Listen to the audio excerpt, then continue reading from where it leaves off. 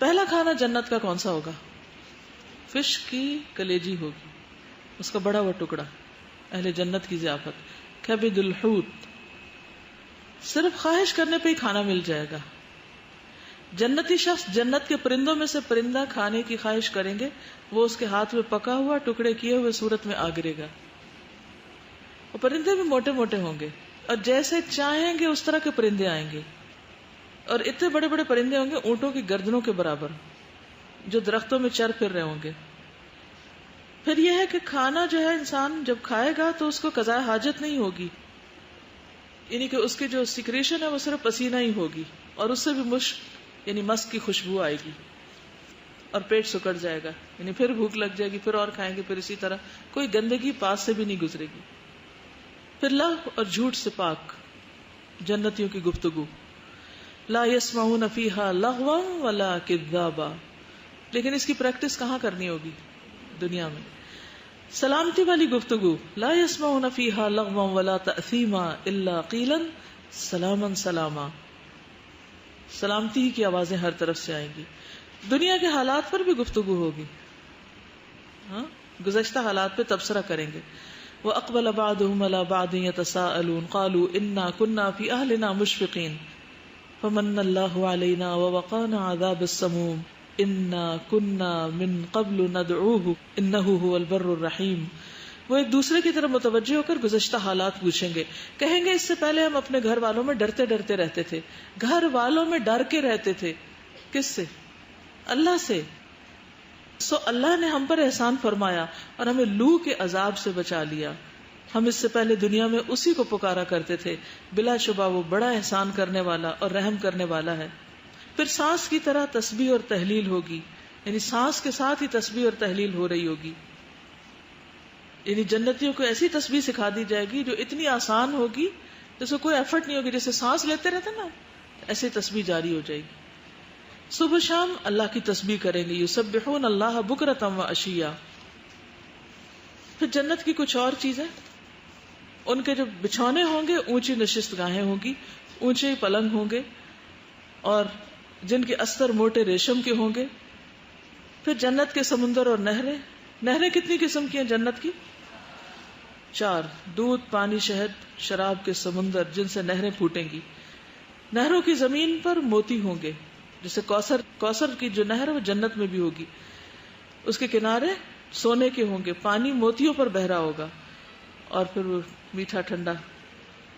خوشبودار پہاڑوں سے نہروں کا بہنا. جنت کی نہریں مشک کے ٹیلوں یا پہاڑوں کے نیچے سے نکلیں گی، کیونکہ سورس بھی ان کا بہت اچھا ہوگا. پھر زمین کی سطح پر بہیں گی. پھر 2 نہریں سدرۃ المنتہا سے بھی نکلیں گی. جنت کے درخت کیسے ہوں گے؟ ہیوج، بڑے بڑے اور لمبے سائے. تو وہاں بڑے درخت کے لیے کیا کیا کیا جا سکتا ہے؟ کوئی کام بتائیے. تسبیح وغیرہ بھی ہوگی.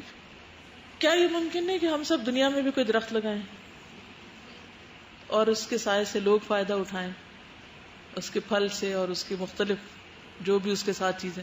کیونکہ ایک بات یاد رکھیے کہ جو جزا ہے وہ جن سے عمل سے ہے. جس طرح کا عمل ہوتا ہے نا اسی قسم کی پھر آگے جزا یا سزا ہوتی.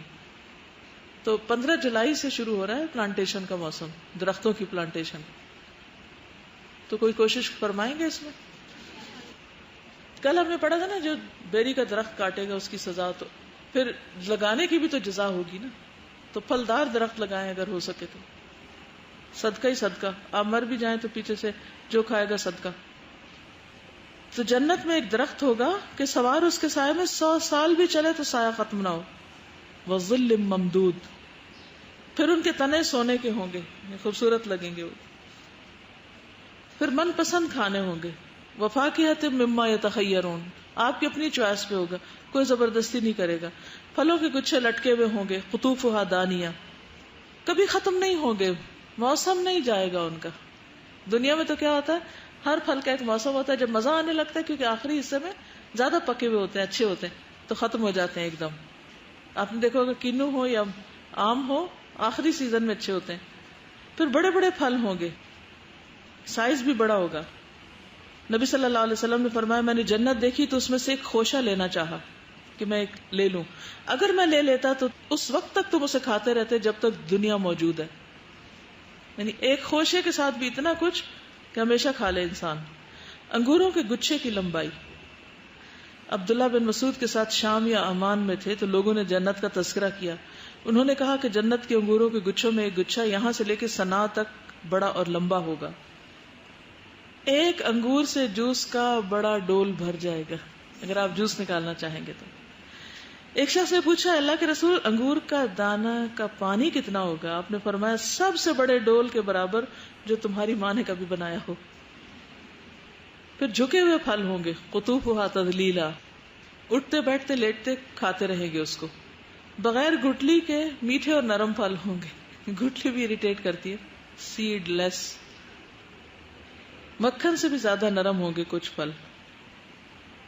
کھجوروں کے تنے بھی سبز زمرد کے ہیں اور ٹہنیوں کا ابتدائی حصہ سرخ سونے کا.